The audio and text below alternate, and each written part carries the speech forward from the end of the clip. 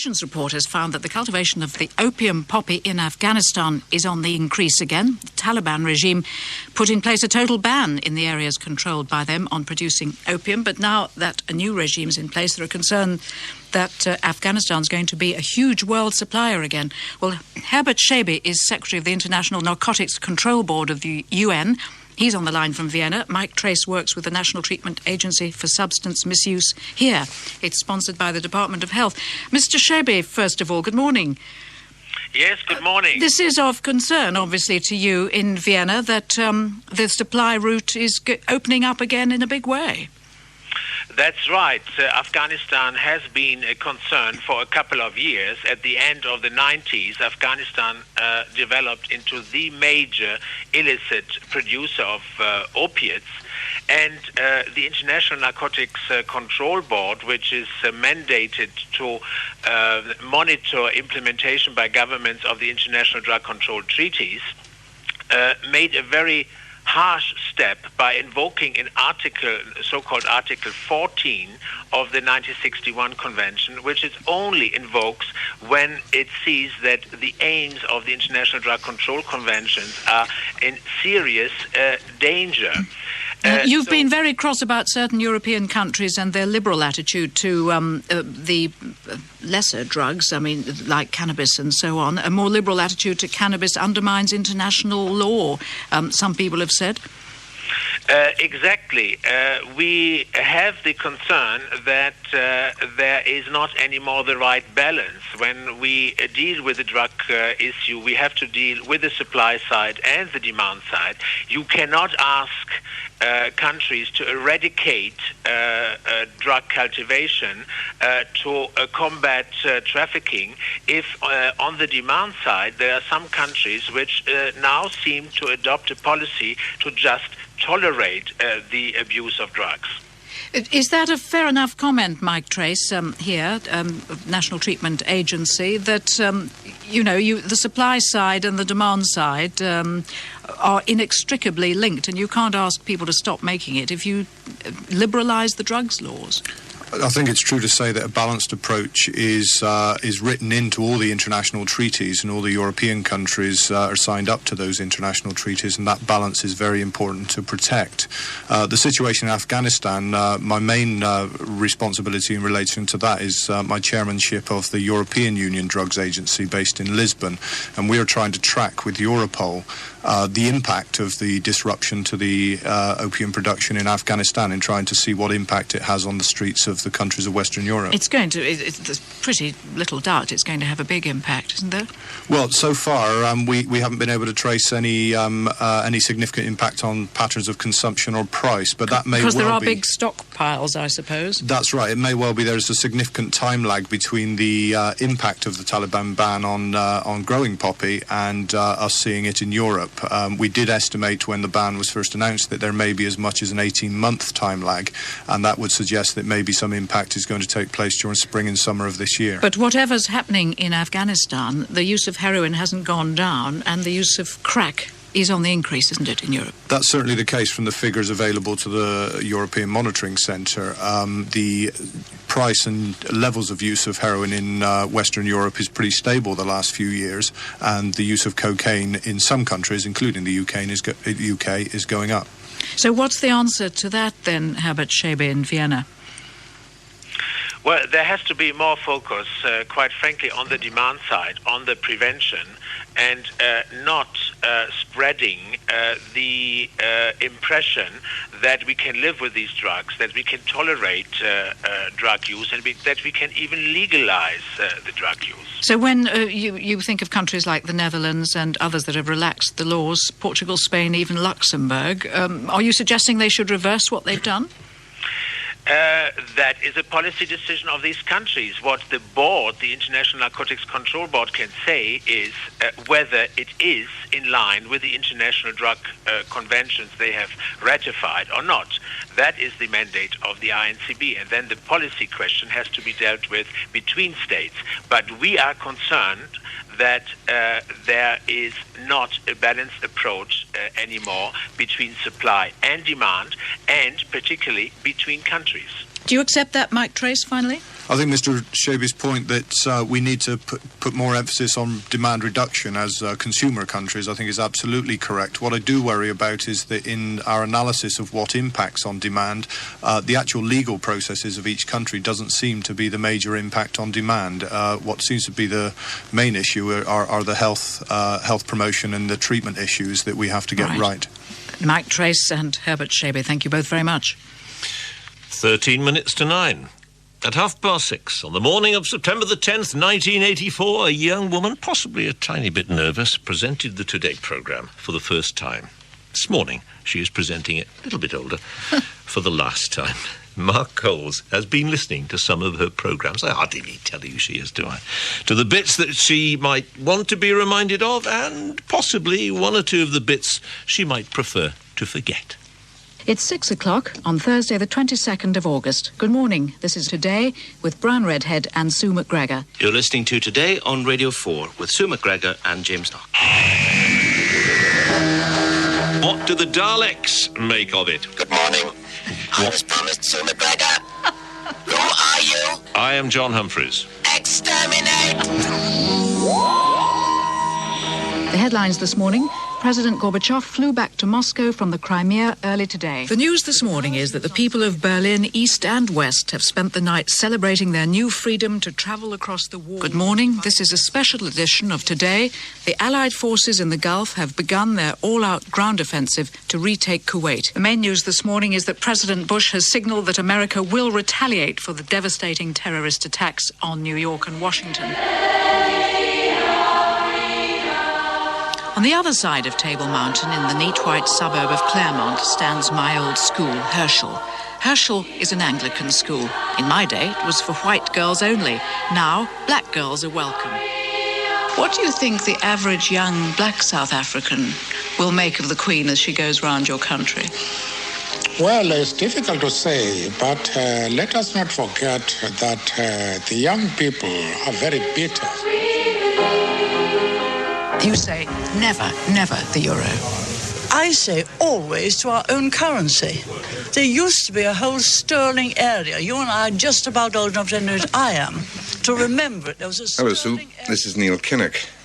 We've crossed paths once or twice. I'm just very sorry that you're leaving the Today programme, because I've always thought of you as just about the most graceful of all broadcasters. Hello, Sue, it's Jack Cunningham, formerly jokingly called Minister for the Today programme. We had many encounters. I always thought you were excellently prepared, humorous, courteous, determined and calm even when those politicians you were interviewing sometimes weren't. Oh, come on, Sue, let's stay in the real world, can we? Come on, I hope I'm talking about the real world. What you have just suggested to me in front of the nation is that we should dump the Prime Minister. Don't be ridiculous, Sue. Dr. Mawhinney, thank you. Well, this is John Gavin, and the great advantage that we always had with Sue MacGregor was that she got sufficiently under your skin to make sure that you said exactly what you wanted to say, but not so much that you ever got cross. It was a very clever technique, and I will very much miss it.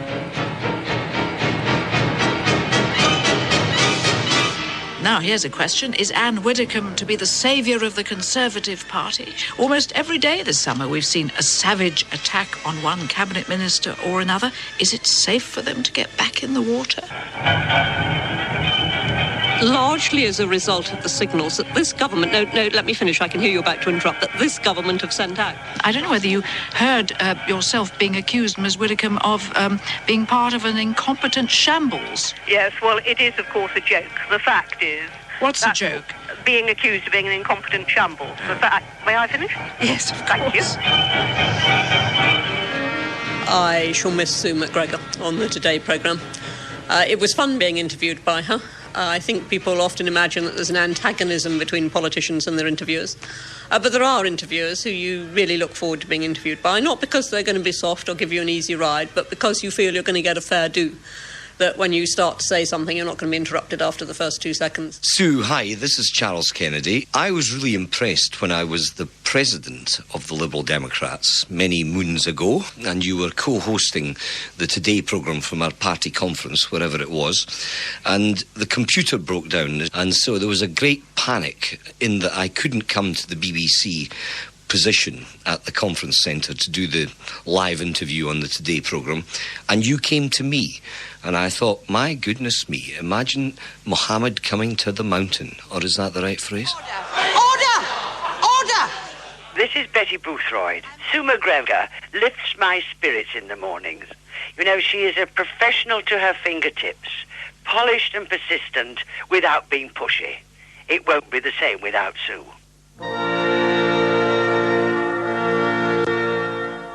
Peter Hall, theatre director. I enjoyed always being interviewed by Sue MacGregor because she knew her stuff. Not that she was a soft option, she was quite tough, but she knew her arts, and let it be said that most arts interviewers don't.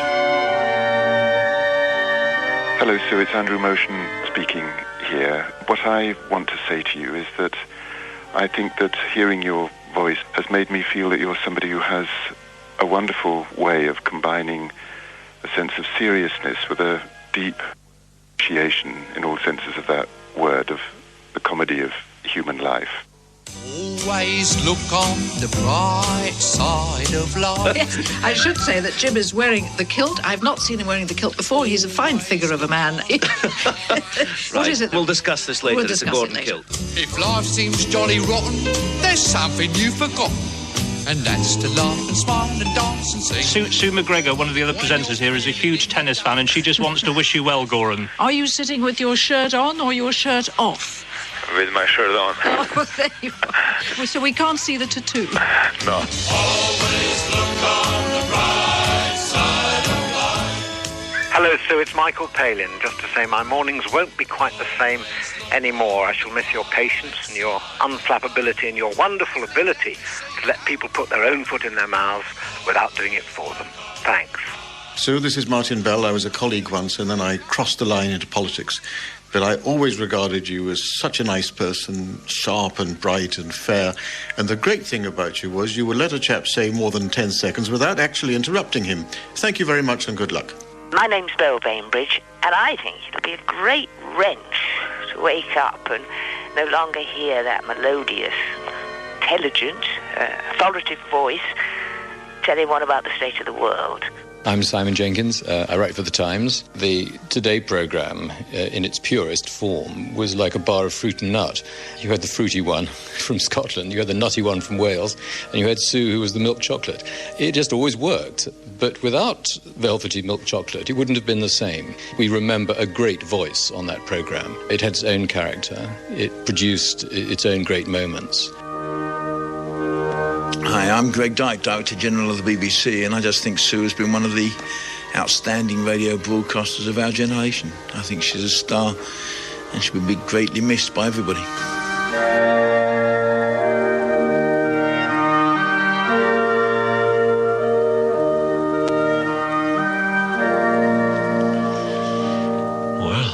Dyke and Mozart and... Do you know, well, I was prepared. You didn't twinkle play my worst moments there. Well, there were very many, worst many moments. Of them. Oh, well, there weren't enough. We couldn't find any. Heck, you've only done it for 18 years. We couldn't find any. But we've got a nice moment now. Jim has just arrived. Look at my goodness me. You don't often find... Without the kilt. You don't often find... I'll tell you what, am I allowed to give you a kiss on it? This is and me too as well. Do I get one as well? Yes, not from me, you don't know. There we are. For those of you without the benefit of webcam... Do I get a seat? You've pinched my seat. I have just been given... And Nick Clark from... And Nick Clark. Interlopers from outside, Sue. This is the idea that the world had won... kisses. This is absolutely wonderful. The only Today presenter who never chews a mug and never shouts to producers outside the studio here. Well, imagine the world at one joining in the Today programme. I feel there's some awful thing about to happen. Because No, we're going to say goodbye to you, that's all. Well, and everybody here is wearing a suit. I mean, Peter Donaldson is here as well, wearing a suit. And it is a first, I agree. Gary is It is wonderful to have both Jim and John here, because this happens about once every 15 years. Can't remember it ever. And also to have Gary here, because he's been on the programme even longer than I have. Yes. I think since 1980 or something.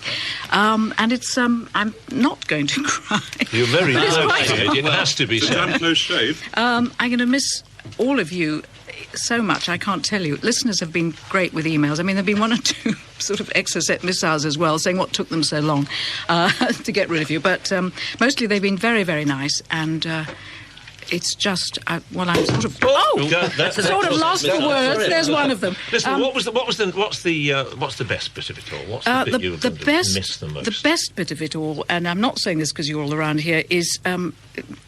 being on the programme and feeling that you're talking to the people who matter, sitting next to you, quite a lot of people who matter.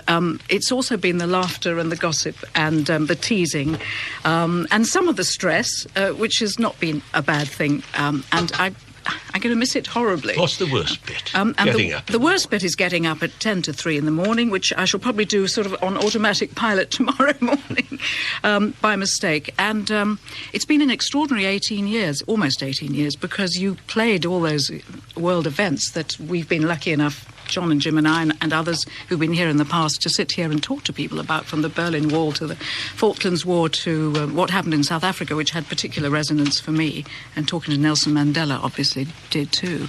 That has been absolutely extraordinary, and it's a great... I think you would all agree, Jim and John amongst you, that it's a privilege to be here. I mean, it really is. Oh, yeah. And it's never dull. And I have to say, well, and Jim will say the same, but it has been, you use the word privilege to work with you. Oh, it's been John. a joy to work with. Absolutely. I mean, you've been a pain in the neck as well, I know. of course. We've all been terrible And pains we've in all the neck been to each pains in other. the neck. Sue, people, some time ago we mentioned your rubber suit on the air. I said I'd seen you in the Sunday papers, and no end of people said to me, was it the news of the world? We should sort of just clear this up once and for this all. Was the one in New Zealand? It was a diving suit. It was a diving suit, and there's a wonderful glass of champagne. I was about to place my rear end in a rubber ring and float through a cave in New Zealand, and so that explains the rubber suit, I'm afraid. I'm glad we've cleared it up. The other thing, of course, is the story of the giggles. Sue always sounds so calm, composed, the professional to her bootstraps.